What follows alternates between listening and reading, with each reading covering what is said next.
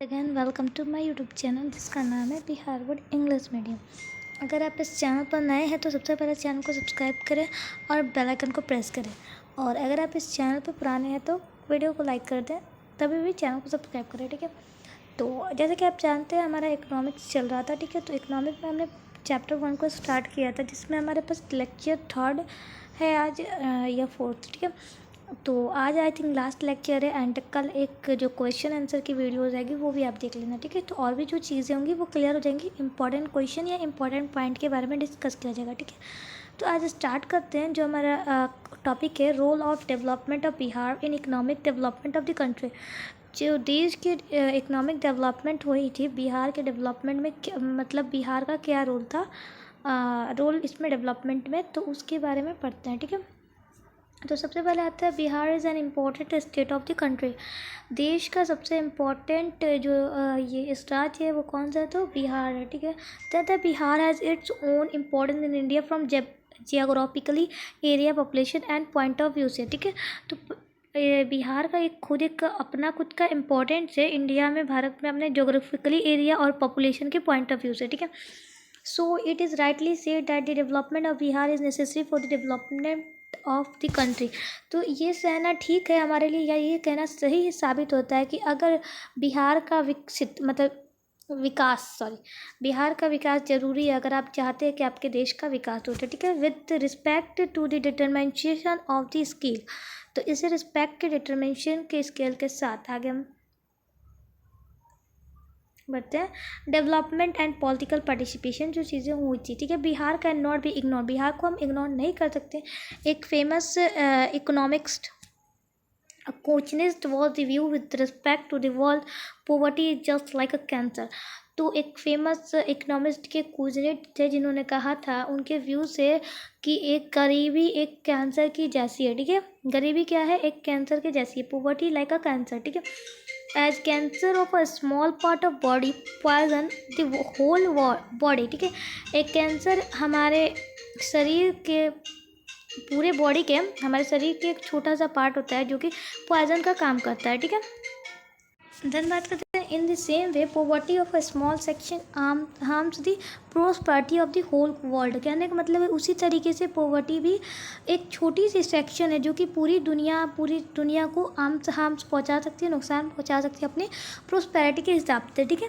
Then अगर बात करते हैं justification of the above statement is that we cannot think about development and growth of India leaving behind poor and backward Bihar. तो कहने का मतलब कि ऊपर दिए गए इसमें क्या जस्टिफिकेशन है उसके बारे में बात करते हैं। अगर हम सोचते भी हैं कि डेवलपमेंट और ग्रोथ के बिना मतलब कि बिहार एक बहुत बैकवर्ड क्लास है, तो ठीक है, बैकवर्ड स्टेट है, उसको छोड़ के और उसके पीछे सारी गरीबी को छोड़ के अगर हम इंडिया के डेवलपमेंट करेंगे तो ऐसा कुछ नहीं हो सकता, ठीक है।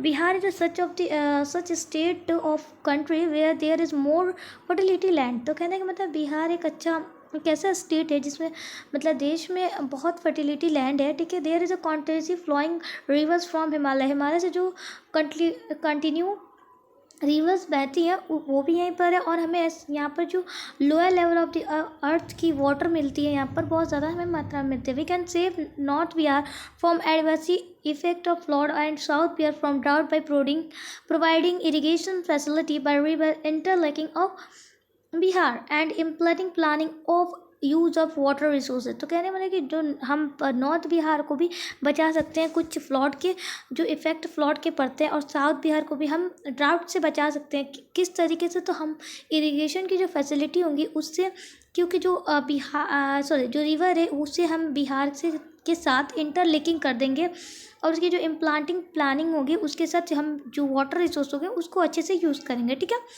देन आगे बात करते हैं हम कि there is no shortage of skill human resources in Bihar. Bihar में ह्यूमन रिसोर्स की स्किल की कमी कोई नहीं है। Today Bihar is not only more participative in technologically area but less educated laborers also contributed toward development by moving to other state। तो कहने का मतलब कि आज बिहार को अगर हम देखें तो ऐसा नहीं कि बहुत पार्टिसिपेटेड टेक्नोलॉजी एरिया में है, लेकिन उसमें वहाँ पे जो लोग हैं वो बहुत ज़्यादा कम एजुकेटेड लेबर्स होते हैं, और वहाँ पे जो कंट्रीब्यूटेड है डेवलपमेंट की वो पूरी तरीके से अदर स्टेट के हिसाब से बहुत कम है, ठीक है। ह्यूमन रिसोर्सेज ऑफ बिहार की बात करते हैं, वहाँ पर कंट्रीब्यूटेड इंफॉर्मेशन टेक्नोलॉजी दो देश के लिए और एग्रीकल्चर डेवलपमेंट के पंजाब के लिए भी फैली हुई है, ठीक है। और देन अगर बात करते हैं Bihar is have contribute significantly towards the economic development of area every area of the country, ठीक है। तो बिहार को पूरी मतलब कि पूरे देश में हर एक एरिया में डेवलपमेंट के लिए, इकोनॉमिक डेवलपमेंट के लिए सिग्निफिकेंटली कंट्रीब्यूट किया गया है by developing agriculture of Bihar and agro based industries with the contribution of natural resources and industries human resources. तो कहने का मतलब है कि बिहार एक एग्रीकल्चर बेस्ड डेवलपिंग स्टेट है जिसको पूरी तरीके से एग्रो बेस्ड इंडस्ट्रीज के साथ उसे कंट्रीब्यूशन करना पड़ता है और पूरी नेचुरल रिसोर्सेज और इंडस्ट्रियल ह्यूमन रिसोर्सेज पे वो चीज़ें, और उस तरीके से वो अपने देश को, अपने स्टेट को डेवलप कर सकते हैं। Recently the rate development of has accelerated in Bihar, और जो डेवलपमेंट की रेट है वो बिहार में रिसेंटली एक्सलेटेड हुई थी, जो according to central statically organisation CSO, जो कि हमने ऊपर देखा था, ठीक है, लेक्चर 2 में, ये लेक्चर 3 में, ठीक है, पिछली वाली वीडियोस में। The present rate of development of Bihar is 11.03% है आज के, जो प्रेजेंट उस समय की बात, जब ये बुक की बात की जाए तो बहुत पहले की बात है, जब प्रेजेंट रेट जो था डेवलपमेंट के बिहार की 11.03 थी, ठीक है। देन बात करते हैं सेकेंड नंबर पे कौन था, तो सेकेंड नंबर पे गुजरात था 11.5%, उसके बाद से, ठीक है। देन आगे बात करते हैं ये क्या लिखा हुआ है उससे पढ़ते हैं। एग्रो बेस्ड इंडस्ट्रीज क्या होती हैं, तो all those industries which are depend on agriculture production और get raw material from agriculture in production are known as agro based industries. वैसे सारे इंडस्ट्रीज जो पूरी तरीके से एग्रीकल्चर के प्रोडक्शन पे डिपेंड हो या उनके रॉ मटेरियल पे डिपेंड है एग्रीकल्चर के, उस प्रोडक्शन को हम क्या कहते हैं, एग्रो बेस्ड इंडस्ट्रीज। क्लियर। और इसके एग्जांपल के लिए हम ले सकते हैं to prepare pickle from mango and tomato sauce from the tomato etcetera. तो अचार बनाने के लिए, पिकल मतलब अचार बनाने के लिए हमें क्या चाहिए होगा, मैंगो। मैंगो का मतलब एग्रीकल्चर बेस्ड है, ठीक है। तो इसी वजह से वो एग्रीकल्चर से जुड़ी हुई चीज़ें हैं, तो इसी वजह से वो एग्रो बेस्ड इंडस्ट्रीज हुआ, ठीक है। देन बात करते हैं टोमेटो सॉस के लिए हमें क्या चाहिए, टोमेटो, तो उसके लिए हमें एग्रीकल्चर की जुड़ी हुई चीज़ें की बात करते हैं, ठीक है, डिपेंड रहना पड़ेगा, ठीक है। इन रिसेंट ईयर्स की बात करते हैं तो the rate of development has accelerated in India. जो डेवलपमेंट की रेट है वो इंडिया में बहुत ज़्यादा एक्सलेटेड हुई थी, और because of accelerated rate of development there was less adverse effect of economic crisis of present time on economy of India. और इसकी वजह से जो इकोनॉमिक क्राइसिस की प्रेजेंट टाइम में इकोनॉमिक इंडिया में बहुत कम एडवाइसेस इफेक्ट पड़ा हुआ था, ठीक है, इकोनॉमिक क्राइसिस की। इसकी it is a matter of immediate satisfaction that different efforts were made for the development of Bihar in the last fee years. तो कहने में कि ये किस मैटर इमीडिएट सेटिस्फेक्शन है, जबकि अलग अलग डिफरेंट एफर्ट लगाने पड़ते हैं डेवलपमेंट के बिहार के लिए, और कुछ साल पहले लगाए भी गए थे। और इस प्रोग्रेस में जो बिहार के this progress of Bihar has been acclaimed worldwide की एक्लेम किया गया था। If the country and Bihar participate in the present process of development then India will be the amongst the development country in the 21st century from the economic point of view से। तो कहने में कि जो एक प्रोग्रेस हुआ था, अगर वहाँ पर अगर वर्ल्ड वाइड में प्रेजेंट होते इंडिया और या बिहार, इंडिया वहाँ पर प्रेजेंट होता तो इंडिया को बहुत ज़्यादा डेवलप्ड कंट्री माना जाता है 21 सेंचुरी के बाद इकोनॉमिक के पॉइंट से देखा जाता है, ठीक है। तो इससे हमें ये क्लियर होता है कि इकोनॉमिक डेवलपमेंट जो बिहार की वो बहुत ज़्यादा इंपॉर्टेंट रोल निभाती है इकोनॉमिक डेवलपमेंट, देश के डेवलपमेंट के लिए, ठीक है। देन बात करेंगे relation between basic wants and development, कि जो हमारे पास बेसिक वांट्स और डेवलपमेंट के बीच क्या रिलेशन है, ठीक है। The minimum basic requirement of the people countries food cloth and shelter, ठीक है, इसको याद रखना, ये पूछता है, ठीक है। बेसिक रिक्वायरमेंट में एक देश के लिए क्या आती है, तो कपड़ा, खाना और शेल्टर, ठीक है। तो जो मिनिमम रिक्वायरमेंट एक लोगों के लिए, ज़िंदगी के लिए चाहिए एक देश को, तो क्या चाहिए, खाना, कपड़ा और शेल्टर, ठीक है। There is a repeated strong slogan for food cloth and shelter in the corridors of administration so that minimum requires of the people are fulfilled by the development of the country. तो ये कहने मतलब कि ये चीज़ जो चीज़ें required है administration के, मिनिमम हमें रिक्वायरमेंट है एक लोग के लिए, उनके डेवलपमेंट के फुलफिल, एक देश की डेवलपमेंट के लिए। और ये चीज़ है जो चीज़ें लोगों को poor people of the country is fulfil this minimum basic requirement, और जो गरीब लोग होते हैं वो मिनिमम ही अपनी रिक्वायरमेंट को पूरा कर सकते हैं। ये तो बेसिक रिक्वायरमेंट है जो कि गरीब लोग मिनिमम ही करते हैं, ठीक है। Many programmes were employed for the development of the country from more than past 16 years of its independence. तो कहने का मतलब है कि बहुत सारे प्रोग्राम बनाए गए, इम्प्लीमेंट किया गया देश के डेवलपमेंट के लिए मोर देन 60 साल से ज़्यादा।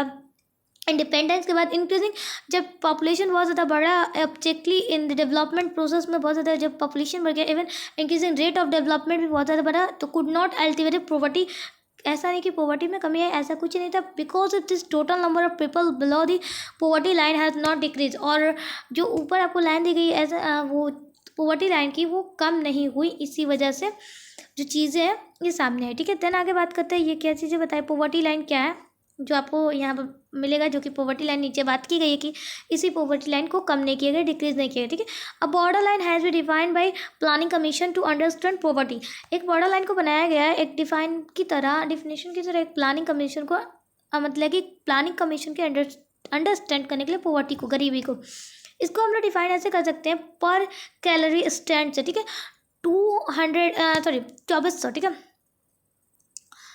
2400 कैलोरीज को रूरल हम करेंगे रूरल एरियाज में, और 2100 को कैलोरीज पर्सन पे, एक पर्सन पे पर पर्सन पे लेंगे, तो अर्बन एरिया उसके स्टेबल्स होंगे और उसको स्टैंडर्ड लाइन मिलेंगे। ठीक है, 2400 कैलोरी रूरल एरियाज में और 2100 कैलोरी हर एक पर्सन पे करेंगे, अर्बन एरियाज की बात हो रही है। ठीक है, तो उसे स्टैंडर्ड लाइन कहेंगे। अब वहीं पर पॉवर्टी लाइन की बात करते हैं तो people who live below this standard line define as below poverty line which is called BPL short form. ठीक है, तो कहने का मतलब है इस लाइन से जो नीचे जाते हैं, स्टैंडर्ड लाइन से नीचे जाते हैं, उसको हम लोग बिलो पॉवर्टी लाइन कहते हैं, BPL इसका शॉर्ट फॉर्म है। ठीक है, याद रखना, इसी की बात की जा रही थी। देन आगे हम बात करते हैं मनरेगा, यहाँ पर देखते हैं मनरेगा क्या है। MNREGA is a national scheme rural employment, under this rural labours are provided at least 100 days of employment per year for this minimum wages is fixed. कहने में मनरेगा एक नेशनल स्कीम है जिसको